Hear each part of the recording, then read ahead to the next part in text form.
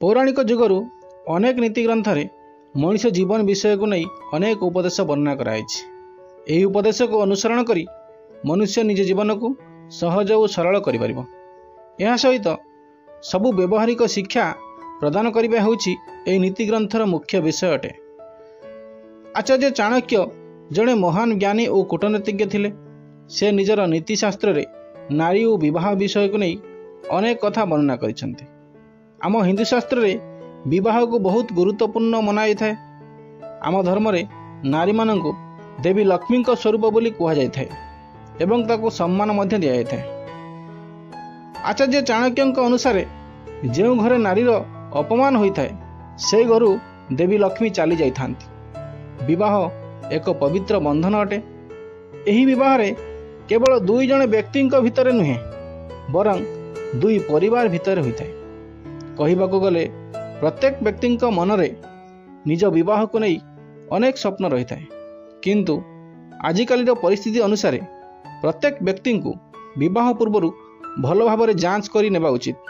आज आमे आपण को किछि विशेष झील मान विषय कहबाकू जाउछु जो माने विवाह पाई उपयुक्त अटंती। तेबे आसंतु एही विषय विस्तार रूपे जानिबा। आचार्य चाणक्य अनुसार जो नारी मानंकु परिवार को किपरि चलाइबाकू हुए से विषय सबू जना थाए, तेबे सेही नारी अत्यंत दायित्ववान होइथांती। एमाने निज परिवारर समस्तंकर जत्न निथांती एवं सबू आवश्यकता पूरण करने को चेष्टा करिथांती। तेणु एही झील माने विवाह पाई उपयुक्त होइथांती।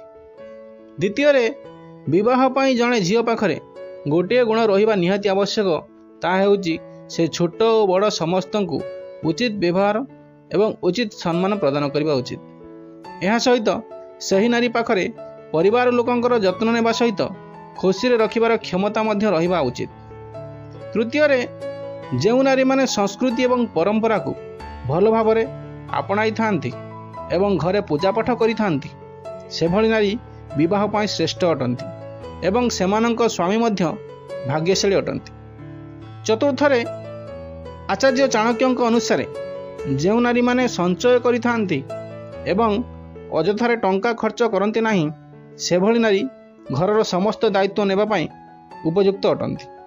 पंचम रे जो नारीर स्वर बहुत मीठा होता है एवं तांको सहित कथा हेबा मात्रे ही सुखर अनुभूति होता है सेही नारी विवाह पाई संपूर्ण उपयुक्त एवं श्रेष्ठ होइथांती।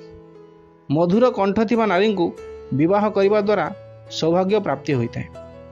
षष्ठ रे जो नारी कठिन परिस्थिति रे मध्य निज परिवार सहित रही थाए एवं से जे कौनसी परिस्थिति को संभालिया पाई सक्षम होता है से भली नारी को विवाह करने भाग्यर कथा अटे। जदि आमर ये वीडियो भल लगी ताहले वीडियो को लाइक एवं चैनल को सब्सक्राइब कर दियंतु।